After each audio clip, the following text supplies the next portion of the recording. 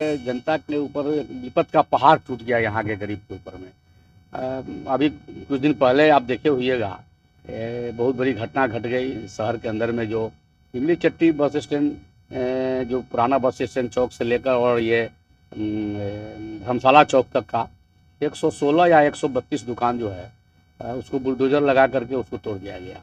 इसलिए किराया बढ़ाने का ये सब बेकार का कानून, ये सब भूल के भी नहीं लाएंगे।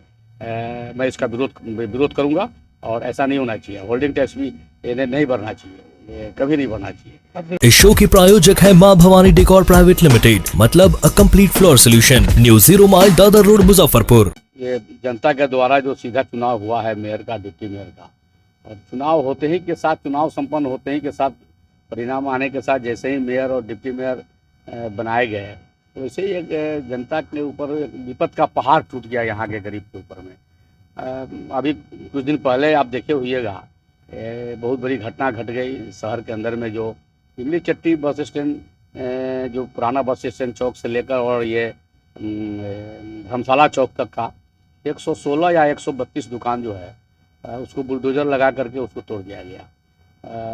मतलब कि पलक झपकते ही वो 132 परिवार जो है सड़क पर आ गए। उनको भुखमरी की ओर और परेशानियों में उसको स्मार्ट सिटी के निर्माण के नाम पर उसको भुखमरी की ओर धकेल दिया गया। उसको दुकान को तोड़ दिया गया और थोड़ा भी इस शहर का जनप्रतिनिधियों ने किसी भी प्रकार का कोई अपना मानवता भी नहीं दिखाया जा करके उन लोगों के बीच में कि भाई ये हुआ है तो फिर इसका वैकल्पिक उपाय क्या है, वैकल्पिक व्यवस्था क्या करना चाहिए। किसी ने सुधि लेने भी किसी ने नहीं किया। तो ये बहुत ही दुर्भाग्यपूर्ण घटना है, ऐसा नहीं होना चाहिए। क्योंकि मेयर को बनते ही ये इस तरह की घटना घट गई, तो हम चाहते हैं कि मेयर और डिप्टी मेयर और उनके पूरे टीम, जो 31 तारीख को जो बैठक होने वाला है, तो उसमें सबसे पहला ये काम हो कि उतने दुकानदारों को, 132 दुकानदारों को, जो निगम की ज़मीन है उस पर मार्केट कॉम्प्लेक्स बना करके और सबसे पहले उसको उसमें शिफ्ट करा दें कि भाई आप यहाँ दुकान यहाँ चलाइए, ताकि उनका भी बच्चे जो है भूखे नहीं रहे, उनका भी परिवार का भरण पोषण ये सब पूर्व की तरह ये सब चलता रहे। उसके बाद अभी कुछ दिन पहले अखबार समाचार पत्रों में मालूम हुआ था कि जो बोर्ड की जो पहली बैठक है उसमें निगम के जो स्टॉल धारक है, स्टॉलधारी है, क्या जो दुकानदार है, उसका किराया बढ़ाने के संदर्भ में इन लोगों ने मसौदा तैयार कर रखा है और होल्डिंग टैक्स बढ़ाने के संबंध में। ये फालतू बात है। ये सब चीज़ इस तरह का मसौदा भूल के भी उन लोगों को नहीं लाना चाहिए, नहीं तो फिर जनता के आक्रोश जो है जब उबलेगा शहर में, दूसरे को मौका मिलेगा आंदोलन करने का, तो इस तरह का जो उन लोग जो राय विचार कर रहे हैं कि टैक्स में, होल्डिंग टैक्स में बढ़ोतरी का और किराए में बढ़ोतरी का भी, ये नहीं होना चाहिए। क्या है कि जो दुकानदार है निगम का, आप उसको देखते हुइएगा, आप लोग भी शहर में रहते हैं और हम लोग भी रहते हैं, वो 2 वक्त की रोटी के लिए वो परेशान रहता है कि भाई हमारा कैसे चलेगा। छोटे छोटे दुकानदार हैं और जो वर्तमान किराया है वही बड़ी मुश्किल से उन लोग से निकल पाता है। इसलिए किराया बढ़ाने का ये सब बेकार का कानून, ये सब भूल के भी नहीं लाएंगे। मैं इसका विरोध करूंगा और ऐसा नहीं होना चाहिए। होल्डिंग टैक्स भी इन्हें नहीं बढ़ना चाहिए, ये कभी नहीं बढ़ना चाहिए। उसके प्रस्ताव आने के बाद, हाँ, ये तो खैर नहीं आना चाहिए, नहीं आएगा। क्योंकि देखिए, लोगों ने बड़ी उम्मीद के साथ, यहाँ के गरीबों ने उम्मीद किया है, भरोसा जताया है कि भाई आपको मेयर बनाया, डिप्टी मेयर बनाया, तो आप जनता के भरोसा पर उतरने का आप काम कीजिए। किसी कोई जनता ये, कोई गरीब ये नहीं समझे कि मेरे साथ धोखा हो गया, ऐसा नहीं होना चाहिए। दूसरा है कि आप देखिएगा कि स्मार्ट सिटी के नाम पर शहर को पूरे तरह से बर्बाद कर दिया गया। गड्ढा खोन करके सब जगह गड्ढा खोद दिया गया और वो जानलेवा गड्ढा है। आप देखिएगा गड्ढा में छड़ निकला हुआ है, सरिया निकला हुआ है। मान लीजिए किसी तरह का कोई कैजुअल्टी होता है, कोई घटना घट जाती है, तो फिर उसके जिम्मेवार कौन होगा? आपको निगम बोर्ड की बैठक में सबसे पहले जो वर्तमान में जो शहर में जो समस्या जो है उसके निदान पर चर्चा होना चाहिए, उसका अस्थायी निदान पर चर्चा होना चाहिए। आने वाले समय में जो विकास का काम होगा उस पर चर्चा होना चाहिए। ये टैक्स बढ़ोतरी का ये सब फालतू चीज़ है, ये सब पर चर्चा नहीं होना चाहिए। और ये सब कोई भूल के भी ये सब प्रस्ताव को नहीं लाएंगे, नहीं तो सबको जनता का आक्रोश झेलना पड़ेगा, सभी लोगों को झेलना पड़ेगा। जितने भी जो बने हैं, जो स्थायी समिति के जो मेंबर है उनको भी झेलना पड़ेगा, जो मेयर है, डिप्टी मेयर है उनको भी झेलना पड़ेगा, और जो यहाँ के जो जनप्रतिनिधिगण है, पूर्व के जनप्रतिनिधिगण है, इस सभी को झेलना पड़ेगा। ये इस तरह का फालतू चीज़ नहीं लाने के लिए। उसका पहले स्मार्ट सिटी का जो काम है उसको आप लोग मॉनिटरिंग कीजिए, उसका समय से पूरा करवाइए, और सड़क पर उतरिए। ये नहीं कि ऑफिस में बैठे बैठे जो पदाधिकारी कर्मचारी जो कहता है कि हाँ ये काम चल रहा है, ये काम चल रहा है, ये काम हो गया, ये नहीं होना चाहिए। 1 साल होने जा रहा है, अप्रैल मई जून का खोदा गया गड्ढा जो है वो मुंह बाय खड़ा है शहर में। बाहर के लोग शहर में आना नहीं चाहता है, शहर का व्यवसाय पूरी तरह से चौपट हो चुका है। आप देखिएगा शहर एकदम वीरान जैसा लगता है, कोई ग्राहक अब नहीं आता है शहर में, कोई आना ही नहीं चाहता है। ये इसी के डर के कारण कि भाई कहाँ पर क्या दुर्घटना घट जाएगा, किसके साथ क्या घटना घट जाएगा, उसके कारण व्यवसाय यहाँ का चौपट है। तब पहले आप उसको समय से उसको पूरा करवा दीजिए। स्मार्ट सिटी को, स्मार्ट सिटी का जो भी निर्माण है उसको आप समय से पूरा करा दीजिए। जो दुकानदार को आपने तोड़ा है उसको आप मार्केट कॉम्प्लेक्स बना करके उसका आप दुकान अलॉट कर दीजिए।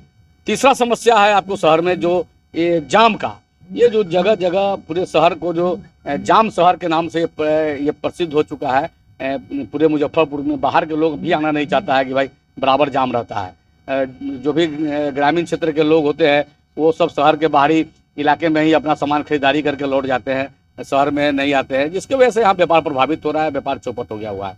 तो जाम की समस्या से निपटारा के लिए आपको उस पर चर्चा करना चाहिए बोर्ड की बैठक में, क्योंकि जिला प्रशासन से समन्वय बनाइए, जिला प्रशासन के लोगों से जो उसमें जो एक्सपर्ट सब जो अपराधिकारी है उनसे राय लीजिए, उनसे समन्वय बना करके उसका एक ब्लूप्रिंट तैयार कीजिए, और उस हिसाब से आप जैसे कि जाम से शहरवासियों को छुटकारा दिलाइए कि जाम का स्थायी समाधान हो, उस पर बात होना चाहिए, उस चर्चा उस पर होना चाहिए कि यातायात रूट जो है ये आपको ध्यान में रख के बनाना होगा। जाम की समस्या जब उसको दूर कीजिएगा तो यातायात रूट को भी ध्यान में रख के बनाना होगा कि शहर के जो हृदय स्थली है, मुख्य बाजार है, सरियागंज है, मोती झील है, सुतापट्टी है, कल्याणी है, इन सब जगहों पर बाहर के ग्राहक जो है से कि सहूलियत के साथ आ जाए कि व्यापार यहाँ का प्रभावित नहीं हो। उसके लिए भी आपको मशक्क़त करनी पड़ेगी, उसके लिए आपको सड़क पर उतरना पड़ेगा, पसीना बहाना होगा, देखना होगा, ज़मीनी स्तर पर देखना होगा कि सच्चाई क्या है, इसका निदान कैसे निकलेगा। आप ट्रेड लाइसेंस जो है ये जो ले रहे हैं, मेयर जितने हुए ब्लूप्रिंट बना पाएंगे? नहीं, बनाना चाहिए उनको, क्योंकि अब तो आपके पास में किसी का अब पट्टा नहीं है आपके गर्दन में, और यदि कोई नहीं है, अभी जनता के द्वारा सीधा चुना गया है, कोई खरीद बिक्री से तो ये आए नहीं है कि हाँ इनको गर्दन में किसी का पट्टा डाला हुआ है।